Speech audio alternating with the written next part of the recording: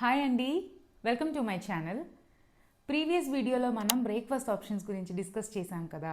So ఈ వీడియోలో మనం లంచ్ ఆప్షన్స్ గురించి చూద్దాము. లంచ్లో ఎలాంటివి కన్సిడర్ చేయొచ్చు, ఎలాంటివి తినకూడదు, ఏ టైంలో తినాలి, ఏ టైంలో తింటే బెనిఫిట్ అవుతుంది, ఏ టైంలో తినకూడదు, ఇలాంటివన్నీ కూడా మనం డీటెయిల్గా డిస్కస్ చేద్దాం. సో ఫస్ట్ అండ్ ఫార్మోస్ట్ వచ్చేసి మన బ్రేక్ఫాస్ట్ మార్నింగ్ అయిపోయాక మినిమం 3 hours గ్యాప్ మనం తీసుకోవాలి.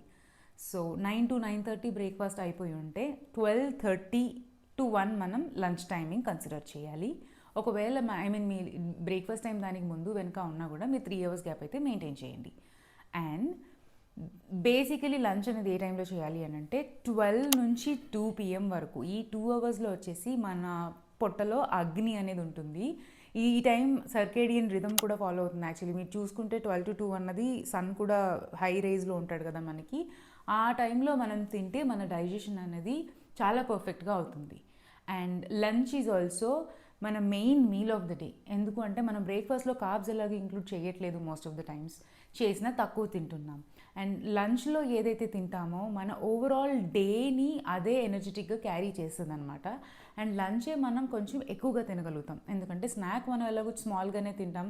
డిన్నర్ మనం లంచ్ ఏదైతే తింటున్నామో దానిలో హాఫ్ పోర్షన్ మాత్రమే తినడం మంచిది. ఎందుకు అంటే ఈవినింగ్ డైజెషన్ కూడా ఎక్కువ యాక్టివ్గా ఉండదు కాబట్టి ఆ టైంలో తక్కువ తినడం బెటర్ అనమాట. So lunch is your safe bet. మీరు వీలైనంత చక్కగా తినగలుగుతారు.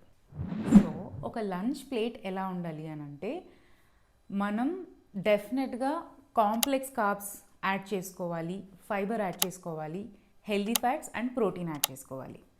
ఓకే.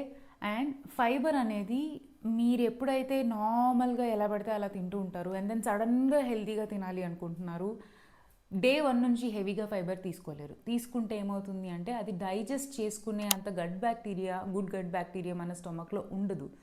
దానివల్ల కొంచెం అడ్వర్స్ ఎఫెక్ట్స్ వస్తాయి. లైక్ మనకి గ్యాస్ ఎక్కువ ఫామ్ అవ్వచ్చు, బ్లోటింగ్ అవ్వచ్చు, అసిడిటీ ఎక్కువ రావచ్చు. సో మనం ఫస్ట్ కొంచెం సింపుల్గా స్టార్ట్ చేసి ఎవెన్చువల్లీ మనం ఎక్కువ ఫైబర్ని ఇంక్లూడ్ చేసుకునే స్టేజ్కి వెళ్ళగలగాలి. సో ఇందులో ఫైబర్కి ఏం చేయాలి అని అంటే జనరల్గా అయితే raw vegetables salad and then also vegetable curry తినాలి.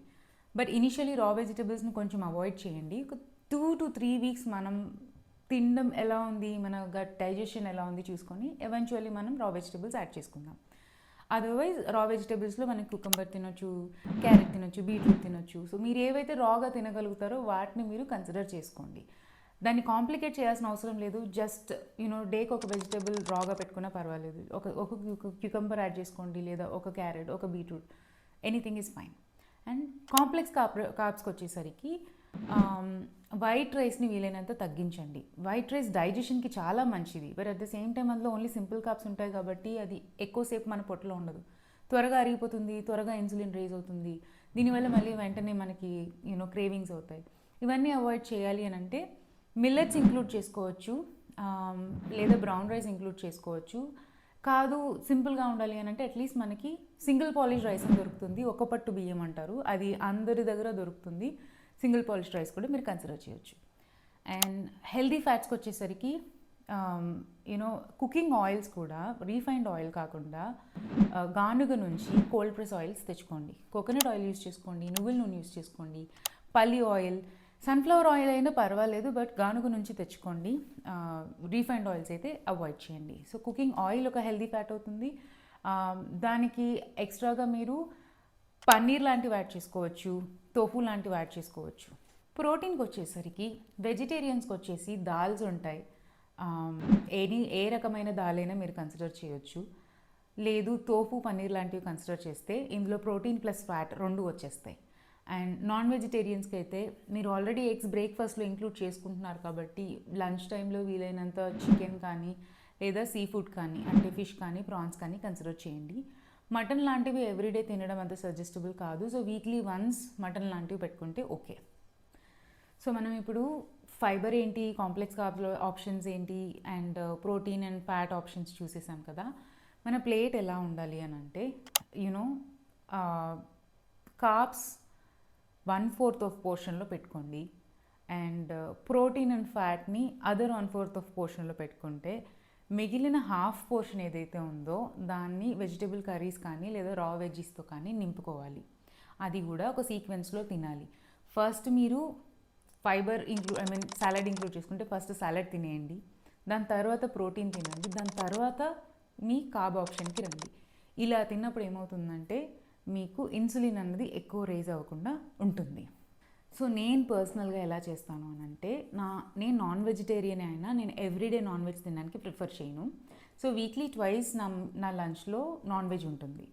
అదర్ డేస్ నేను ఎలా చేస్తానంటే ఆల్టర్నేటివ్ డేస్, ఈరోజు మండే అనుకోండి. So for example if Monday నేను రైస్ అండ్ దాల్ కాంబినేషన్ తీసుకుంటే నాకు కావాల్సిన ప్రోటీన్ ఇందులోంచి వచ్చేస్తుంది and nine essential amino acids కూడా ఇందులో దొరికేస్తుంది. So rice and dal is fine. And alternative day నేను ఏం చేస్తానంటే రైస్లో ఒక వెజ్ కర్రీ పెట్టుకుంటాను. వెజ్ కర్రీ పెట్టుకున్న రోజున నేను ప్రోటీన్ ఆప్షన్ కోసం పన్నీర్ కానీ తోఫు కానీ యాడ్ చేసుకుంటాను.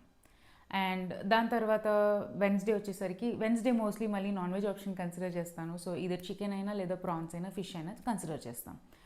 అండ్ మళ్ళీ సేమ్ థింగ్ రిపీట్ అవుతుంది. మళ్ళీ నెక్స్ట్ డే వచ్చేసి dal and rice, any type of dal. ఆ దాల్ కూడా నేను మారుస్తూ ఉంటాను. ఒకసారి కందిపప్పు, నెక్స్ట్ టైం ఇంకొకసారి మసూర్ దాల్, ఆ తర్వాత ఒకరోజు చనా దాల్ అండ్ పెసరపప్పు కాంబినేషన్. సో లేదంటే మిక్స్ దాల్స్ కూడా మనం రొటేట్ చేసుకోవాలి. అండ్ నా కార్బ్స్ ఆప్షన్లో వచ్చేసరికి ఒకరోజు అరికలు తింటాము. ఈ వీక్ అంతా అరికలు తింటాం. అరికలు అంటే కోడో మిల్లెట్స్ అంటారు. నెక్స్ట్ వీక్ అంతా బార్న్యార్డ్ మిల్లెట్స్ అంటే ఊడలు అంటారు.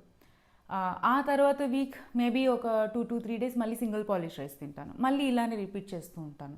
నా పర్సనల్ ఆప్షన్ అయితే నాకు అరికలు ఊదలు చాలా నచ్చుతాయి. ఫాక్స్టైల్ మిల్లెట్స్ అంటే మన కొర్రలు డైరెక్ట్గా బాయిల్ చేసుకొని తినడానికి అంత ప్రిఫర్ చేయను, బట్ కిచిడీలో తింటాను.